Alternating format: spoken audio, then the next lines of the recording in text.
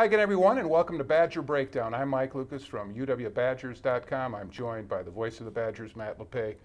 Coaches and players like to talk about the journey. It's been a very interesting, curvy route that the Badgers have taken to this point.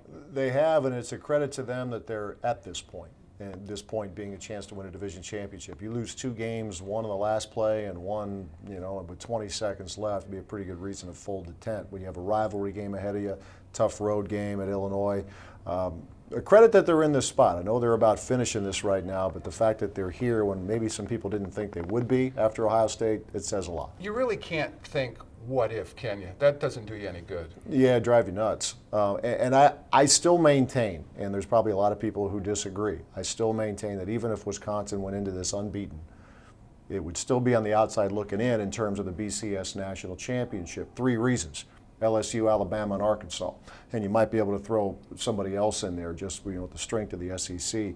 I think Brett put it pretty well earlier in the week. He said, look, even if they had won those two games, the fact remains that to get to the Big Ten championship game, it would have to beat Penn State because the Nittany Lions just have the one loss in the league. And I think we all knew that this was going to be a challenge. We didn't know to what degree, and certainly we didn't know the issues that would be surrounding the Penn State program when these two teams finally met in the final game of the regular season. Nonetheless, it's a better Penn State team now than it was 4 weeks ago. Yeah, it is, and the offense really came to life in the first half last week to score 20 points against Ohio State. You wonder now, and we don't need to rehash why the program at Penn State is where it is right now, but the fact is there's different leadership, and they're doing different things. They introduced the Wildcat look, which they say they've had in their package here for a while, but they broke it out last week against Ohio State. Didn't use it a ton, but used it enough to keep the Buckeyes off balance, at least at times. You just wonder what else they might have. And they're going to empty the bucket, maybe, in a game like this. Who knows? So the one thing we know about Penn State, and we knew this from the start of the season, they're one of the top scoring defenses in college football. And in a year of a lot of really good defensive tackles, the best that Wisconsin has seen may be rolling in here on Saturday. Devin Still, who's a candidate. He looks the part. He really does. Yeah. Looks the part, candidate for a number of major awards. But the thing is, you look at that defense, just the statistics, the quarterback sacks, very evenly distributed among the front four. Still gets his share, but Crawford on down the hill, they all have their share of times to get into the quarterback. So as good as Still is, the other guys aren't bad either. I can't tell you how many senior days I've covered. I've lost track. That's how many.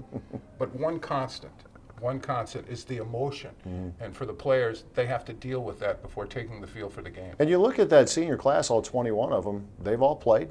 They've all made contributions. The stories have been different. We say that every year. You have some who are very highly regarded and have played that way. Some who weren't very highly regarded and will leave here very highly regarded. Guys who are walk-ons, guys who maybe are unsung outside, but I think within the confines of the locker room, they know how important it is. It's always that interesting mix. You go through the emotion pregame. You come out, you're introduced one by one, your family is there, and you probably shed a tear or two, at least some of them will.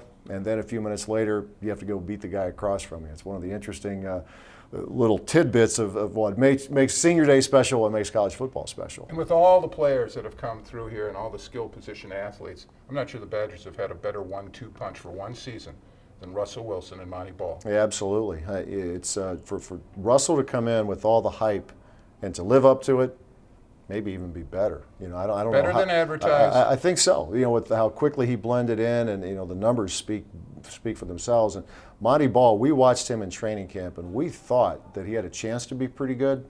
30 touchdowns and counting. The versatility that he has. I know Brett talks about that. His ability to run with the ball, to catch the ball, to block.